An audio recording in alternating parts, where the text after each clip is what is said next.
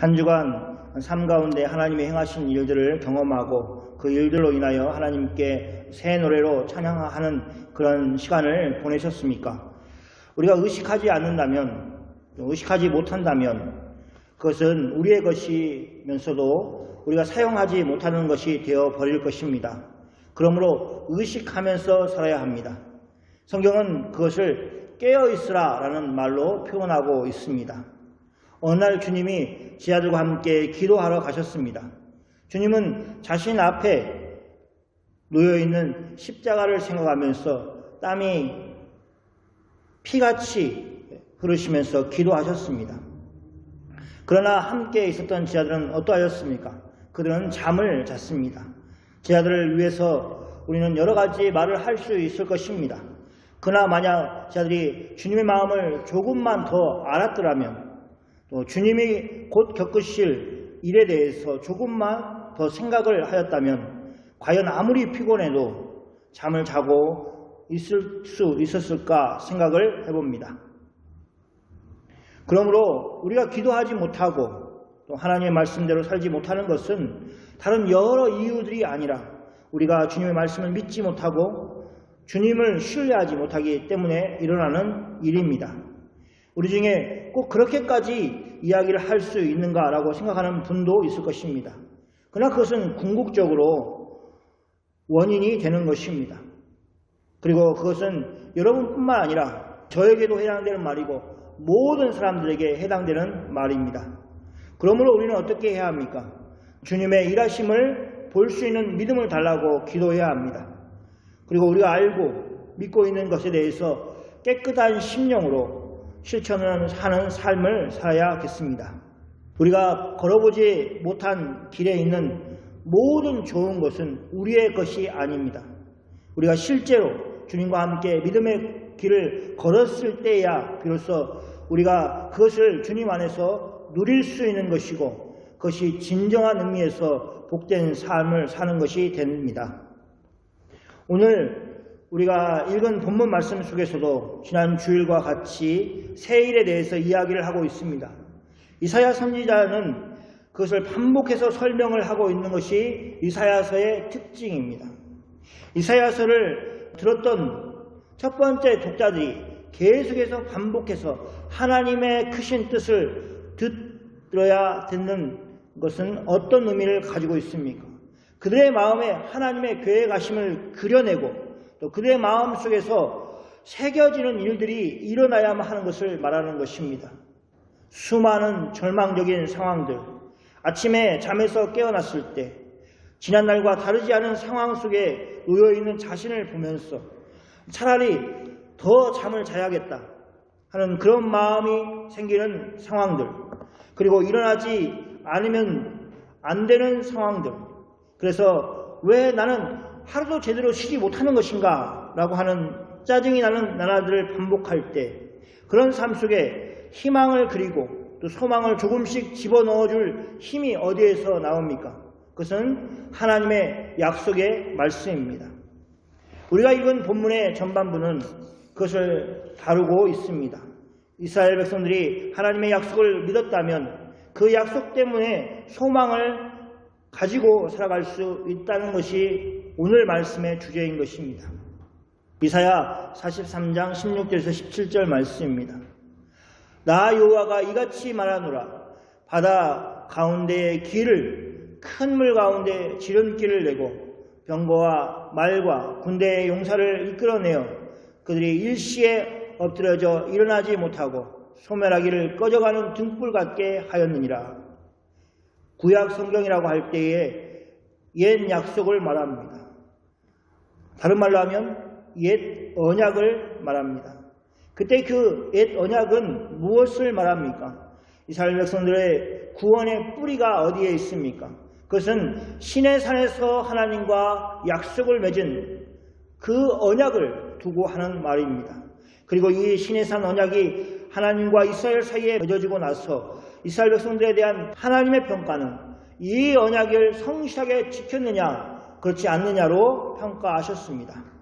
하나님은 이 이스라엘 백성들과 함께 하시기 위한 언약을 맺기 전에 그들을 자유한 사람으로 만들어 주셨습니다. 그것은 하나님의 구원을 통해서 이루어졌습니다. 이스라엘 백성들은 애굽에서 종살이를 하고 있었습니다. 한마디로 바로의 노예였습니다. 그런 그들을 하나님이 강한 팔로 구원하여 주셨습니다. 그 구원의 일이 얼마나 큰 것이고 강력한 것인지 이스라엘 백성들은 그때 일을 잊지 않았습니다. 그리고 이스라엘이 큰 어려움에 빠질 때마다 출애굽 때 크게 이스라엘을 구원하신 그 하나님께 다시 구원해달라고 기도하였습니다. 또 그렇게 하나님이 구원하여 주실 것을 믿었습니다. 놀랍게도 그들의 믿음대로 하나님은 실제로 그들을 구원하여 주셨습니다. 그러나 그 구원은 모세를 통해서 이스라엘을 구원하신 즉 출애굽 사건과 같은 그 큰 역사와 비교하면 작은 사소한 것들이었습니다.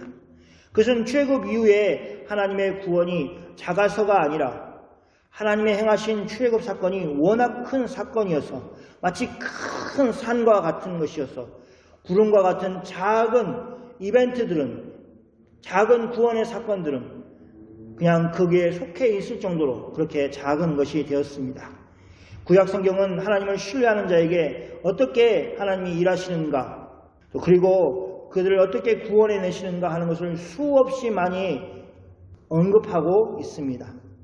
그래서 오늘 본문 16절과 17절에서 나오는 내용도 그 출애굽 사건을 통해서 하나님의 구원하심을 말하고 있습니다. 나 여호와가 이같이 말하노라 라고 하시고 나서 출애굽에서 있었던 일을 이스라엘에게 상기시키고 있습니다. 바다 가운데 길을 이라는 말은 이스라엘 백성들이 출애굽한 이후에 홍해를 건넌 사건을 말합니다. 그들은 하나님의 말씀을 따라서 6월절에 어린 양을 잡아먹고 길을 나섰습니다. 그런데 곧 이어서 애굽의 강력한 군대가 그들을 뒤쫓는다는 소식이 그들에게 들렸습니다. 그들은 당황하고 우왕좌왕하였습니다. 그들은 조금이라도 더 멀리 도망가기 위해서 힘썼을 것입니다. 그러나 그것은 사람의 생각이었습니다.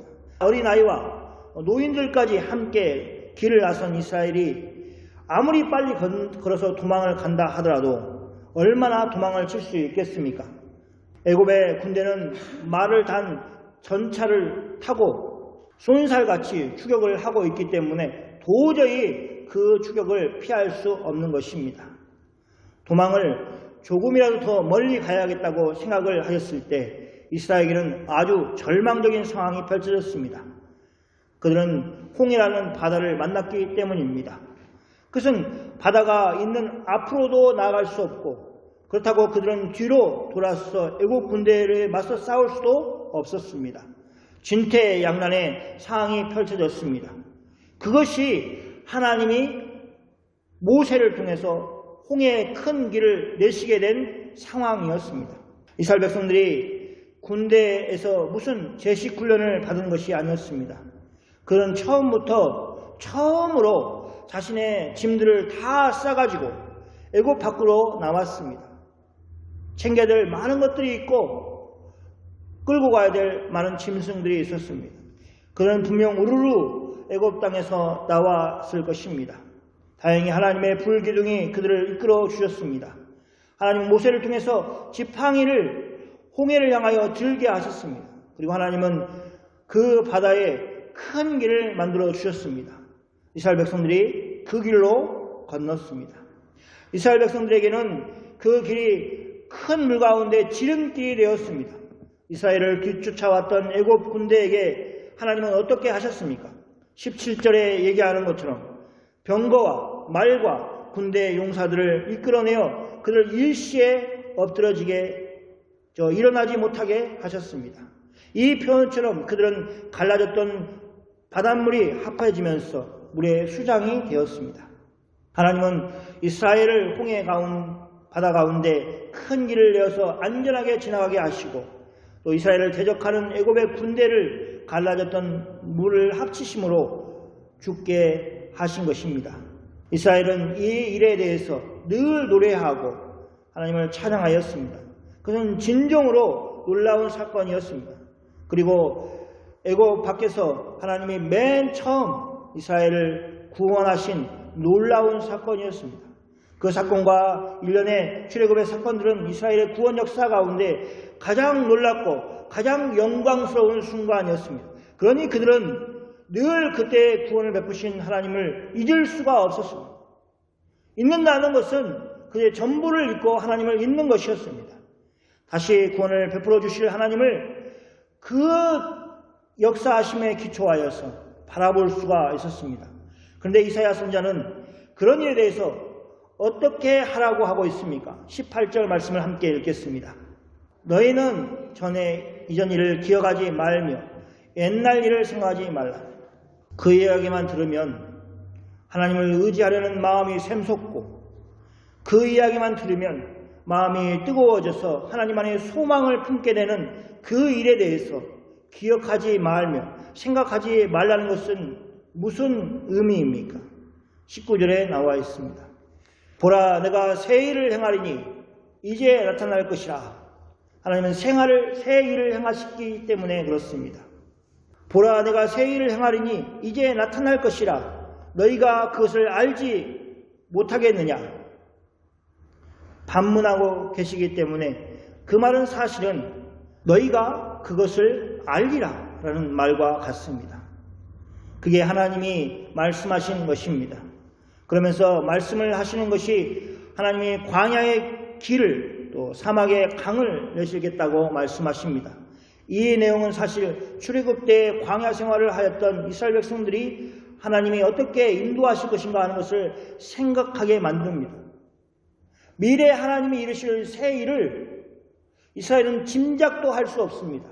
그래서 하나님은 과거의 것을 가지고 와서 그들이 하나님이 어떻게 그들을 이루실 것인가, 구원을 이루어 가실 것인가 하는 것을 설명해 주고 있는 것입니다. 저는 가끔씩 상상을 해봅니다. 근데 제 머리로는 도저히 잘 상황이 그려지지 않을 때가 많이 있습니다. 그 중에 하나가 바로 광야에서 하나님이 모세를 통해서 반석에서 물이 나게 하셔서 이스라엘 백성들을 마시게 한 사건입니다. 물이 없어서 목이 말라서 죽게 되어가고 있는 이스라엘 백성들을 하나님이 물을 내셔서 먹게 하셨습니다. 그간 자신들을 구원해내신 전능하신 하나님께 구하지 않고 불평만 하는 이스라엘 백성들을 하나님은 용서하셨습니다. 그리고 물을 주셨습니다. 모세를 원망하는 것이 하나님을 원망하는 것이라는 사실에 신경을 쓰지 않고 모세에게 불평을 늘어났던 그들을 용서하시고 그들에게 필요한 마실 물을 주신 것입니다. 그런 이스라엘 백성들이지만 하나님은 그들에게 반석에서 물을 나게 하셔서 마시게 하셨습니다. 반석이라는 것 자체가 물을 낼 수 있는 그런 것이 아닙니다. 반석은 말 그대로 넓은 바위입니다. 그런데 그런 딱딱한 곳에서 물이 나온다는 것은 말 그대로 하나님의 전능하신 능력으로 밖에는 가능하지 않습니다. 바위를 지팡이로 두드린다고 해서 조금이라도 바위가 미동이라도 하겠습니까? 그 일을 목도한 사람들은 우연히 되었다는 말을 하지 못할 것입니다. 오직 전능하신 하나님이 그 일을 행하셨다고 고백할 것입니다. 저는 그렇게 하나님이 물이 나게 하셨다라는 것만 놀라운 것이 아니라 물을 나게 하셨는데 장정만 60만, 그래서 전체 숫자가 최소 240만 정도가 될 것이라는 그 많은 사람들이 물을 다 먹기에 풍족하게 하나님이 물을 주셨다는 것이 더 놀랍습니다. 그뿐입니까? 그들은 모두 죽을 것 같은 갈증을 느껴서 물을 마시지 못한 상태였습니다. 그러니 한 사람당 얼마나 더 많은 물들을 먹었겠습니까? 사람들 뿐입니까? 그들에게는 수많은 짐승들이 있었습니다. 그런데 어떻게 반석에서 물이 나와서 그 많은 사람들을 마시게 할 수 있는 것입니까? 그래서 여기 본문에 이야기하는 것처럼 사막의 강이라도 내어야 해결될 것이라고 생각이 됩니다. 하나님은 그렇게 하셨습니다.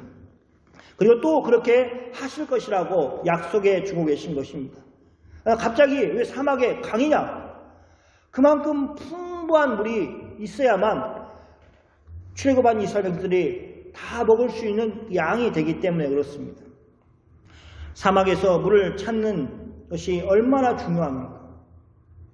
사막 가운데서 물을 찾지 못하면 다 죽을 수밖에 없는 것입니다. 그 일에 대해서는 들짐승들이 더 뛰어납니다. 짐승들은 사막에 어디에 물이 있는 줄 알고 먼 곳에서부터 찾아갈 수가 있습니다. 그런데 하나님이 말씀하시는 들짐승들은 물을 찾는 것뿐만 아니라 그들이 보여주고 있는 태도가 특별합니다. 정확하게 말한다면 그들이 특별하게 하는 것은 아닙니다. 왜냐하면 들짐승도 하나님이 지으신 존재들이기 때문에 그렇습니다. 그래서 그들은 어떻게 반응을 합니까? 한번 같이 읽어볼까요?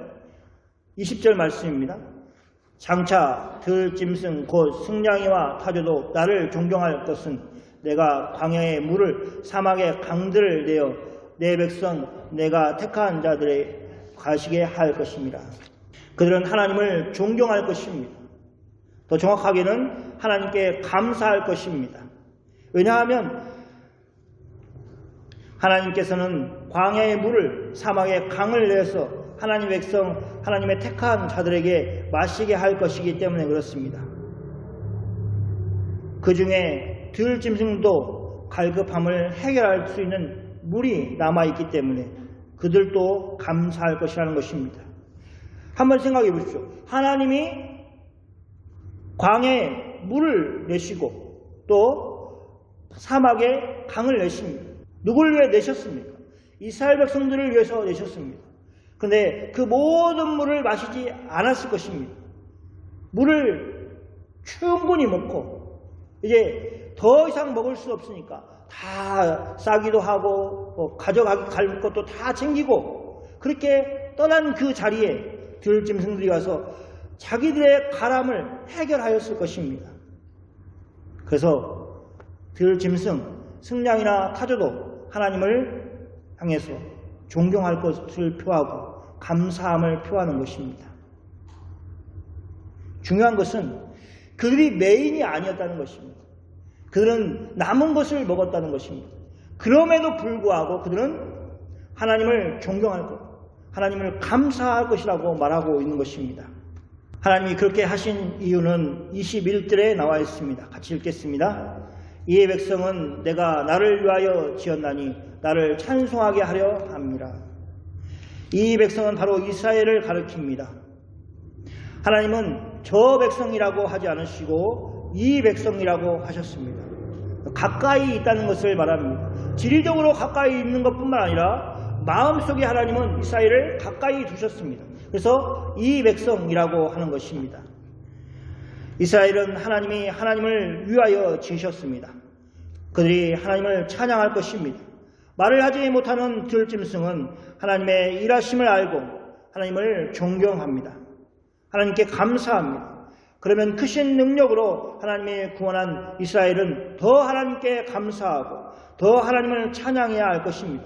그러나 이스라엘의 역사를 그렇지 못했습니다. 그는 심지어 들짐승이 보인 반응만큼도 하나님께 보이지 못하였습니다. 이스라엘은 하나님께 무슨 죄악을 행하였습니까? 22절을 함께 읽겠습니다. 같이 읽겠습니다. 그러나 야곱아 너는 나를 부르지 아니하였고 이스라엘아 너는 나를 괴롭게 여겼으며 하나님은 이스라엘의 죄에 대해서 지적을 하시면서 이스라엘이 하나님을 부르지 아니하였다고 지적하고 있습니다. 이스라엘이 하나님을 찾지 않았습니다. 그것은 평상시뿐만 아니라 이스라엘이 어려움에 처했을 때도 마찬가지였습니다. 어쩌면 평상시에 하나님을 찾지 않으니 어려움을 만났을 때 더욱이 하나님을 찾지 못하는 결과를 가져왔을 것입니다. 그것은 이스라엘이 하나님께 지은 큰 죄였습니다. 이스라엘은 마땅히 하나님의 이름을 부르면서 하나님을 찾아야 되는 백성입니다. 구약시대에 유일하게 하나님이 모든 민족 가운데 유일하게 이스라엘을 내 백성이라고 하고 세우신 이스라엘입니다. 그런데 그들이 하나님을 찾지 않았습니다.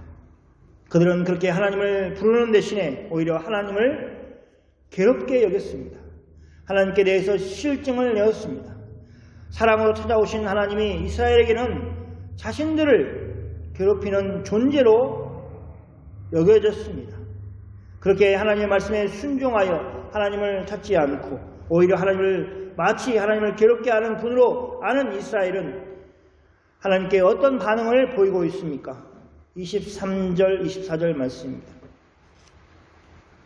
내 번제의 양을 내게로 가져오지 아니하였고 내 제물로 나를 공경하지 아니하였느니라. 나는 번제로 말미암아 너를 수고롭게 하지 아니하였고 유황으로 말미암아 너를 괴롭게 하지 아니하였거늘 너는 나를 위하여 돈으로 향품을 사지 아니하며 희생의 기름으로 나를 흡족하게 하지 아니하고 내 죄짐으로 나를 수고롭게 하며 내 죄악으로 나를 괴롭게 하였느니라. 성경은 이스라엘의 죄악에 대해서 지적을 하고 있습니다. 그들은 마땅히 그들의 하나님을 공경해야 함에도 불구하고 그렇지 않았습니다. 그들은 하나님께 제사할 양을 가지고 나오지 않았습니다. 그들은 그것으로 하나님을 섬기지 않았습니다. 하나님은 내가 제물로 말미암아 너를 수고롭게 하지 아니하였고 유황으로 말미암아 너를 괴롭게 하지 아니하였다고 말씀하고 계십니다. 이게 무슨 말씀입니까? 하나님은 하나님께 제물이나 유황을 가지고 나오지 말라고 하셨다는 것이 아닙니다. 출애굽기나 레위기, 민수기의 말씀을 보면 하나님께 드리는 제사에 대해서 놀라운 것이 있습니다. 하나님이 이스라엘 백성들에게 일률적으로 똑같은 제물을 가지고 제사를 하라고 하지 않으셨습니다. 하나님은 이스라엘 백성들의 형편에 따라서 누구는 소를 가지고 누구는 양이나 염소를 가지고 또 누구는 비둘기를 가지고 또 그보다 더 어려운 사람은 가루를 가지고 곡식가루로 제물을 삼아서 하나님께 나오라고 하신 것입니다. 그런 의미에서 하나님은 그들에게 수고롭게 또는 뒤에 보충되는 의미로 보면 괴롭게 하지 않으셨습니다. 그들이 하나님께 제사하러 나가는데 제물을 구하지 못해서 그것을 구하느라고 지치도록 하나님은 하지 않으셨습니다. 그럼에도 불구하고 이스라엘은 어떻게 하였습니까? 그들은 하나님을 무거운 짐을 지우지 않았음에도 불구하고 그들은 하나님께 향을 사서 피우지 않았습니다. 그리고 제물의 기름으로 하나님을 흡족하게 하지 않았습니다. 여기 향과 제물의 기름은 같은 용도로 하나님께 향기로운 냄새로 드려지는 공통점이 있습니다. 성경에서는 이런 향이나 제물의 기름을 태워서 나는 향기를 하나님이 흠양하셨다고 말하고 있습니다. 이처럼 성경에서 흠양하실 향기를 하나님께 드리는 것이 아니라 그들은 하나님을 수고롭게 하고 괴롭게 하였습니다. 하나님을 그처럼 수고롭게 하고 괴롭게 한 것은 무엇입니까? 성경은 그것이 바로 이스라엘의 죄짐이고 그것이 바로 이스라엘의 죄라고 말씀하고 있습니다. 하나님은 이스라엘에게 주신 제사의 주요한 기능 가운데 하나가 바로 이 죄 문제를 해결하는 것이었습니다. 제사의 이름 자체가 죄를 속하여 주는 제사라고 해서 속죄제라는 이름을 가지고 있습니다. 그러므로 하나님은 이스라엘에게 제사제를 주신 것은 바로 이스라엘이 속죄제를 통해서 자신들의 죄의 문제를 해결하고 하나님께 용서받도록 하는 그 문을 활짝 열어주신 것입니다. 그럼에도 불구하고 이스라엘은 하나님께 제사하지 않았습니다. 자신의 죄에 대해서 알지 못하고 하나님이 그들의 죄를 용서하시는 은혜로우신 하나님이라는 것을 알지 못하고 그래서 그들은 하나님께 나와서 자신의 죄를 아뢰므로 하나님의 용서하시는 그 사죄의 은혜를 거절하였습니다. 하나님을 바르게 알지 못하니 자신들의 은혜의 통로를 발로 차버리고 아무 능력도 없는 우상을 향하여 절하고 도움을 구하였습니다. 그것이 하나님을 더욱 괴롭게 하는 것이었습니다. 이처럼 이스라엘의 죄짐과 죄가 하나님을 수고롭게 하고 하나님을 괴롭게 하였습니다. 이스라엘은 제사를 잘 사용하여서 하나님께 나와 하나님을 부르지 않았습니다.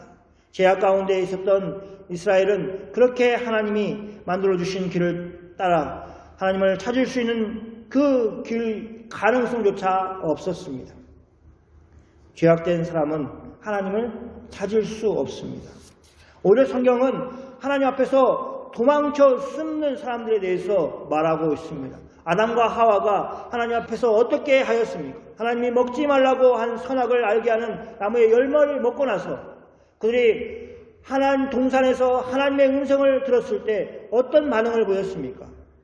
그들은 피하여 숨었습니다. 그것은 죄를 지은 모든 사람들이 동일하게 보이는 반응입니다. 그러면 이런 희망 없는 상황은 영원히 계속될 수밖에 없는 것입니까? 그렇습니다. 인간편에서는 해결할 방법이 없습니다. 아무리 위대한 사람이 나온다 하더라도 죄 문제를 해결할 것은 없습니다. 혹 어떤 사람이 먹는 문제를 해결할 수 있습니다. 그러나 죄 문제를 해결하는 길은 인간에게는 없습니다. 그러나 하나님은 우리를 향한 계획 속에는 다른 것이 있습니다. 25절 말씀입니다. 자, 같이 읽겠습니다. 나 곧 나를 위하여 내 허물을 도말하는 자니 나 죄를 기억하지 아니하리라. 한 번 더 읽을까요? 나 곧 나는 나를 위하여 내 허물을 도말하는 자니 내 죄를 기억하지 아니하리라. 하나님은 자신을 이렇게 소개하고 있습니다. 나는 나를 위하여 내 허물을 도말하는 자다. 다른 말로 내가 바로 너희의 모든 죄를 용서하는 하나님이다 라고 선언하시는 것입니다. 하나님은 죄를 용서하시는 하나님이십니다. 어떤 사람들의 죄를 하나님이 용서하시겠다고 말씀하십니까? 그들 이스라엘을 용서하시겠다고 말씀하십니다.